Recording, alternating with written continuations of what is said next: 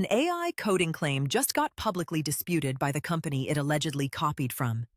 Here's the actual evidence on both sides, not just the drama, and a framework for checking this kind of claim yourself. Here's who's involved. Papermark is an open-source document sharing tool, code public on GitHub, with both an open-source version and a separate enterprise license. Corgi makes a competing product called Data Room.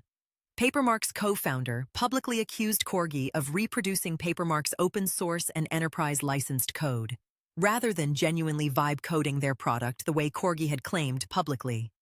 He called it fraud, not just aggressive competition, and said it made the broader AI coding community look bad by association. Corgi's co-founder responded directly, on the record, in the same public thread. He denied it. He says Data Room was built from scratch, with inspiration from existing document sharing tools generally, not copied from Papermark specifically. He did admit to using vibe coding to replicate Papermark's look and feel, which is a meaningfully different claim than copying the underlying code. That distinction is actually the more interesting part of this story, more than the accusation itself.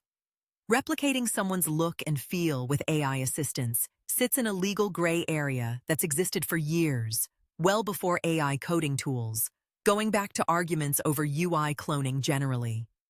Replicating someone's actual source code in a way that violates an open-source license or a separate enterprise license is a much more serious accusation if it's actually true. So, what can you verify from the outside right now, and what can't you? You can directly compare two public repositories for structural similarity in the actual code: function names, file organization, comments. That's checkable today by anyone with both repos open in two tabs.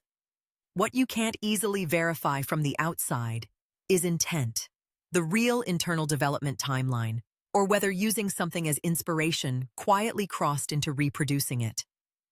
That requires evidence neither side has fully put on the table yet. This also isn't happening in isolation. Other people watching this exact dispute online were already raising the same question before this case specifically, wondering aloud whether more products are going to claim they vibe coded something when what actually happened was closer to a fast reskin of someone else's existing work. If that pattern is real and not just this one case, expect more disputes that look exactly like this one. If you want an actual framework for evaluating a claim like this yourself, next time you run into one, here's what to check. First, are both code bases public? If only one side's code is available, you cannot make a real comparison. You are just taking someone's word for it, no matter how confident they sound. Second, check commit history and timestamps if they're available, not just the finished, polished product. A genuinely fast build usually leaves a visible trail.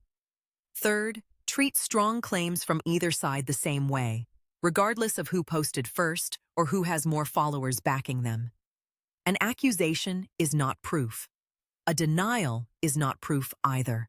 Both are just claims until someone shows the actual underlying evidence.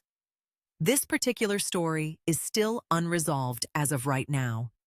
Neither side has presented anything that settles it definitively, and it may stay that way unless one side actually publishes a side-by-side comparison. That makes it exactly the kind of claim worth holding loosely, whichever side you happen to be inclined to believe by default. If you want to follow how this plays out, the original thread is linked below. The voice you're hearing right now is generated with the AI voice tool linked in the same spot. Two founders, one public accusation, one public denial, and a genuinely useful question buried underneath all of it, about what intellectual property even means once the code itself can be regenerated by a model instead of typed by hand. Subscribe if you want more of these actually verified, not just reacted to.